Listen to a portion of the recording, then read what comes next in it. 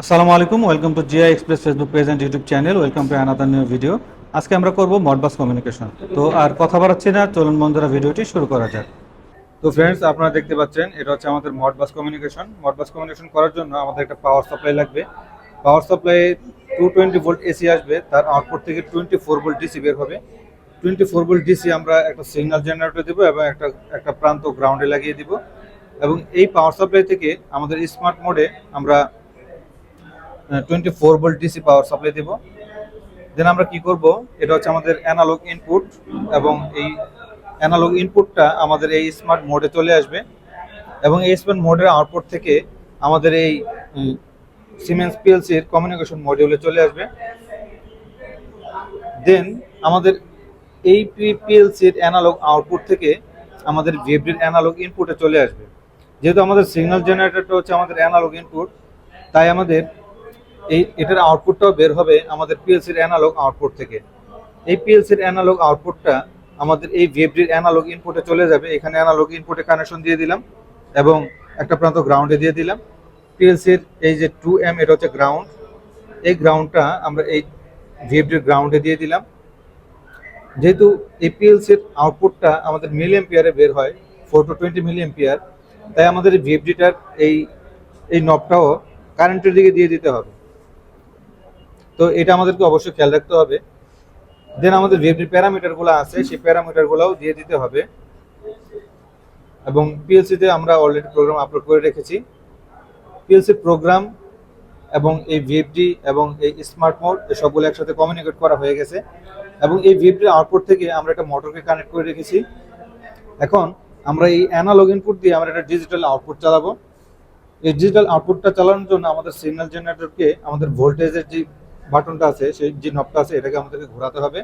তার আগে আমাদের এই ডেল্টা ভিএফডি যে প্যারামিটার ছিল, সেই প্যারামিটারে আমরা রান মোড দিয়ে রেখেছিলাম।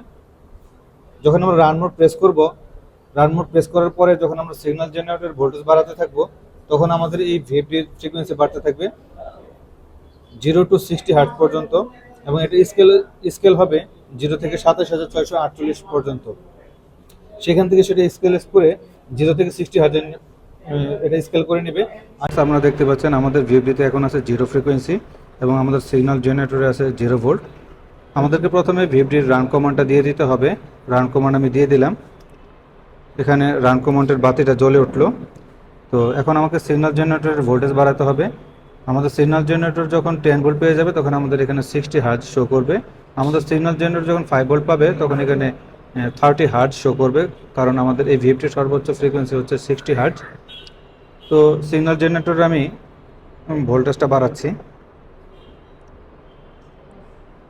সিগন্যাল জেনারেটরের ভোল্টেজটা বাড়তেছে, সাথে সাথে আমাদের মোটরটা রান করা শুরু হয়ে গেল এবং আমাদের ফ্রিকোয়েন্সিও এখানে শো করতেছে 18.2 হার্টজ।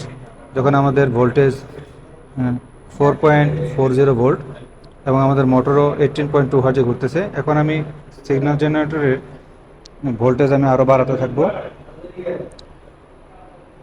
যখন 5 ভোল্ট হয়ে গেছে আমাদের সিগন্যাল জেনারেটরের ভোল্টেজ, তখন আমাদের ফ্রিকোয়েন্সি শো করতেছে এখানে 22 পয়েন্ট সামথিং। এখানে 30 হার্টজ শো করার কথা ছিল, হয়তো কিছু এরর আছে।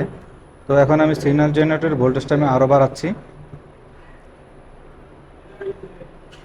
সাথে সাথে আমাদের এই ফ্রিকোয়েন্সিও বেড়ে যাচ্ছে।